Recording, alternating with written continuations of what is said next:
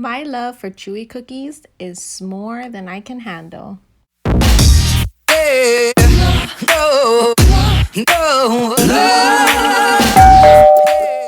For this recipe, you'll need some flour, light brown sugar, chocolate chips, graham crackers, Hershey's milk chocolate, baking soda, some salt, vanilla extract, room temperature butter, eggs, and mini marshmallows.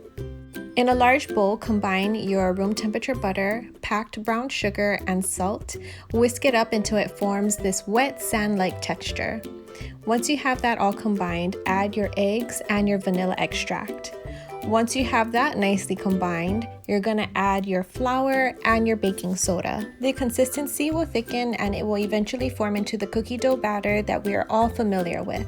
Once this happens, you're gonna gently fold in your chocolate chips and some of your marshmallows. Prepare your pan with parchment paper. I recommend having parchment paper exceed the sides so that you can use it as a handle to pull out the cookie when it's done baking. Carefully spread the cookie batter, leaving an inch gap from the perimeter of the pan. I needed a little more since I was making a dessert platter, so I doubled the recipe. Please refer to the description box for the single recipe ingredient measurements. Bake the cookies at 375 degrees for 15 to 20 minutes or until the cookie is lightly golden brown. While it's baking, prepare your graham crackers and chocolate by breaking them up into pieces. When you take out your lightly golden brown cookie, add your graham crackers and marshmallows. Throw it back in the oven for another 6 to 8 minutes to toast them up.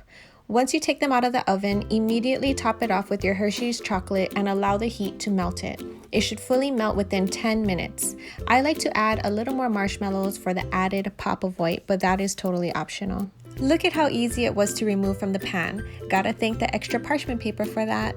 This is the chewiest cookie I ever had, and of course, they are best enjoyed while it's still nice and warm. I hope you try out this recipe. I've already made it about 5 times, and this time I made it for my cousin's birthday. I like to cut them out into squares, brownie style, and I plated them with some of my Snowball cookies. You can learn how to make the Snowball cookies by clicking the link up above or in the description box below. Happy New Year's Eve, everyone! Thank you so much for watching, and I hope to inspire you in my next video. Bye, guys!